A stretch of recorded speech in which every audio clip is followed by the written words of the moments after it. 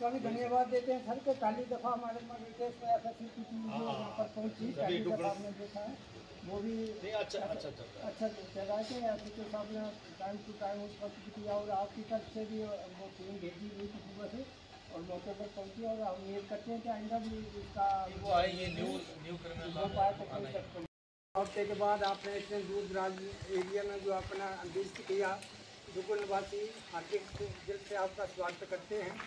और मैम जी, हम ये बताते हैं कि डिस्ट्रिक्ट कठुआ का ये बनी ब्लॉक का ये सबसे पिछड़ा एरिया है। इस पीछे सिर्फ हमारी 3 पंचायतें पड़ती हैं, भुल्डी और डक्कर।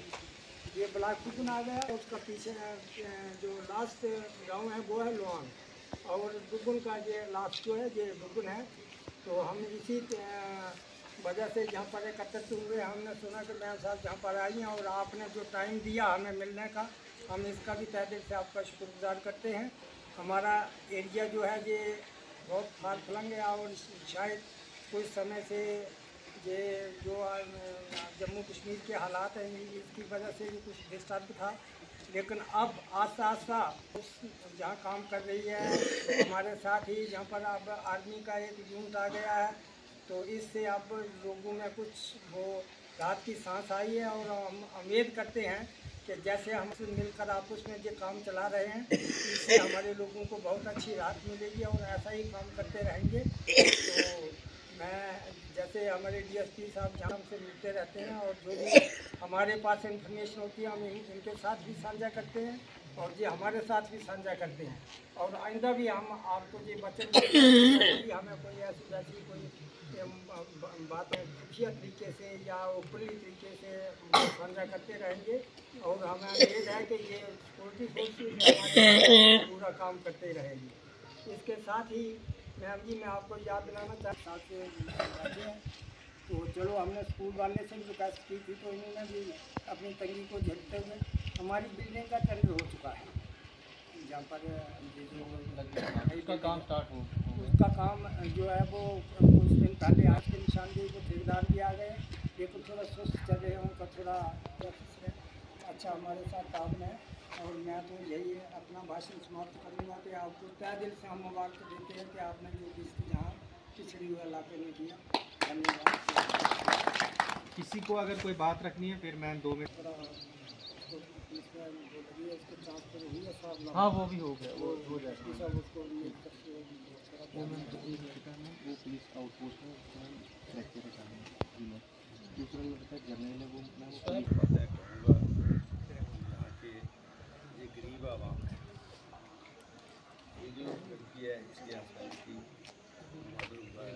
अभी 10 दिन में एसएसओ साहब इन्वेस्टिगेशन कर रहे हैं, चल रही है अभी काफ़ी समय हुआ है, लेकिन उसने एक एप्लीकेशन दी थी मिसिंग की, मला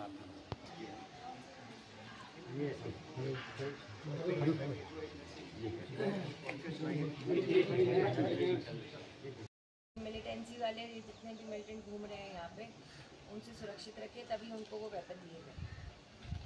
तो जब भी आपको कहा जाए डीएसपी साहब की तरफ से, एसओजी की पार्टी की तरफ से, एसएचओ साहब की तरफ से कि आप अपने वेपन लेके अपने एरिया का थोड़ा सा मुआयना करें, उसमें थोड़ा सा चलें, खबर निकालें, तो उसके अंदर आप सबने हमारा साथ दिया। दूसरा, किसी को भी सबकी रिश्तेदारी थोड़ी बहुत उधमपुर की तरफ भी होगी, कुछ लोगों की रिश्तेदारी हो सकता है भदरवा वाले इलाके में भी हो, छतरकला के आर पार भी हो। कभी भी कहीं पे कोई मूवमेंट की खबर आती है, कहीं पे भी आपको सुनने में आता है कि किसी के घर में आग देने को, तो वो देते हैं, ठीक है। सामने से कोई अपने मन से देना नहीं चाहता, पर अगर आप बताएंगे नहीं तो दिक्कत होगी। आपने अगर कहीं पे भी कोई खबर आती है इस तरीके की, किसी के घर पे आए हैं, रुके हैं, खाना खाया है, उनके भेड़ बकरियां लेके गए हैं, ज़बरदस्ती लेके गए हैं, बंदूक की नोक पे लेके गए हैं, आपने सामने से खबर दी।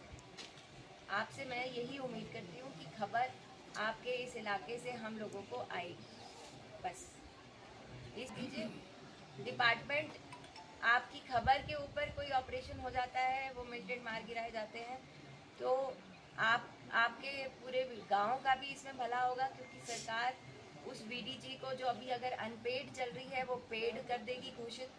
जो खबर देता है उसको नौकरी मिल जाएगी, उसके बच्चों को नौकरी मिल जाएगी, उनको पक्का कर दिया जाएगा, मेडल और कैश रिवॉर्ड अलग से मिलेगा। तो सरकार की तरफ से कोई कमी नहीं है इस चीज़ के अंदर। एक ही शर्त है कि खबर आनी चाहिए आप सबकी तरफ से, और मैं इस चीज़ की उम्मीद रखती हूँ कि वो आएगी कि नहीं आएगी। आई मैम साहब, वो हम आपको इंश्योर करते हैं। पहले भी हुआ है, शायद सर यहाँ पर ऑफिसर साहबान है, इनसे पूछिए कि बर्तन जितना भी हमसे होता है हम करते रहते हैं, लेकिन चलो वो उस भगवान की मर्जी है, जैसे भी होगा तो इसमें तो दूसरी राय नहीं है। ठीक है, धन्यवाद।